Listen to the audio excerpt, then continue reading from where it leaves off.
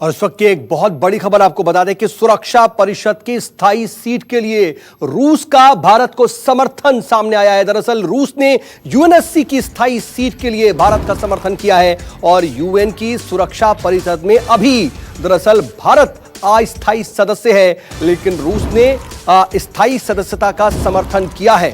संजीव त्रिवेदी हमारे साथ इस वक्त हमारे डिप्टी एडिटर फोन लाइन पर जुड़ चुके हैं।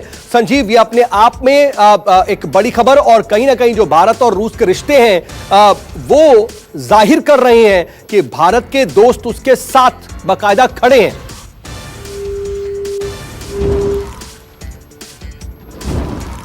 जी संजीव, चलिए संजीव से इस वक्त संपर्क नहीं हो पा रहा, उनसे हम दोबारा संपर्क करने की कोशिश करेंगे।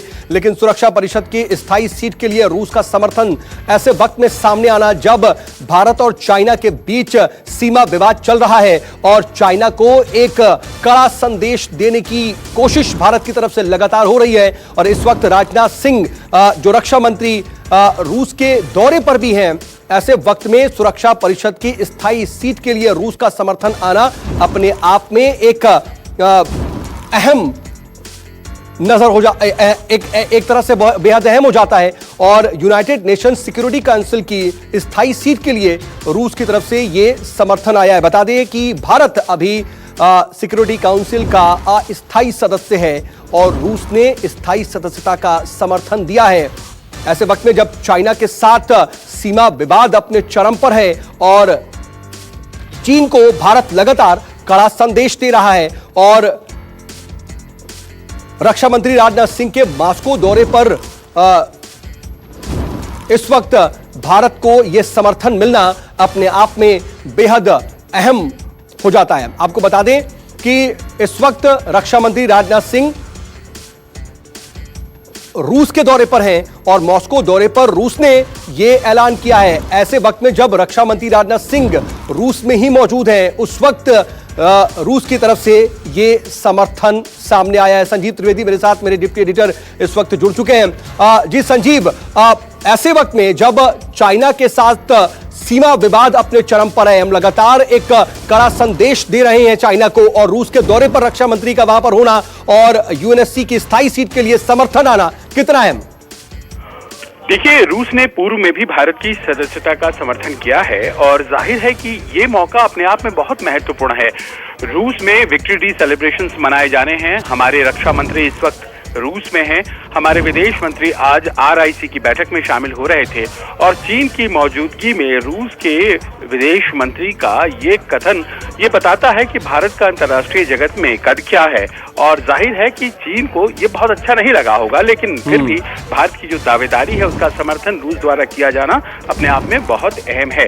राजनाथ सिंह वहां मौजूद आज विदेश मंत्री द्वारा RIC की बैठक में शामिल, ये बताता है कि कैसे जो विश्व परिदृश्य है और विश्व का मंच है उसमें भारत की अहमियत है।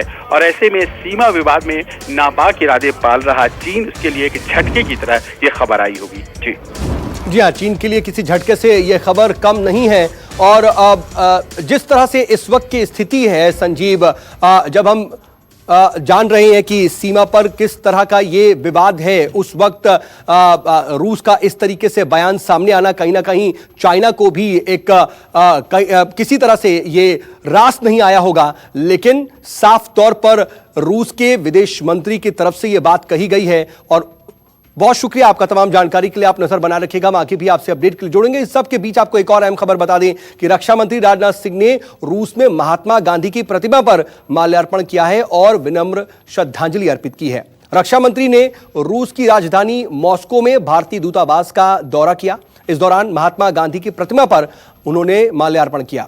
भारत चीन सीमा पर तनाव के बीच राजनाथ सिंह 3 दिवसीय रूस की यात्रा पर इस वक्त हैं और राजनाथ सिंह सोमवार देर शाम ही रूस पहुंचे हैं। नमस्कार, मैं हूं मानक गुप्ता। अगर आपको हमारा ये वीडियो पसंद आया हो तो इसे लाइक और शेयर जरूर करें और हां, हमें सब्सक्राइब और फॉलो करना ना भूलें ताकि आप देश और दुनिया की कोई खबर मिस ना करें। चाहे कोई ब्रेकिंग न्यूज हो या कोरोना वायरस से जुड़ी कोई भी अपडेट, पॉलिटिक्स हो या आपकी जेब से जुड़ी कोई खबर, इलेक्शन की कोई न्यूज हो, कोई कंट्रोवर्सी हो या फिर कोई वायरल वीडियो, सब कुछ मिलेगा न्यूज़ 24 पर। तो जुड़े रहिए हमारे साथ और देखते रहिए न्यूज़ 24।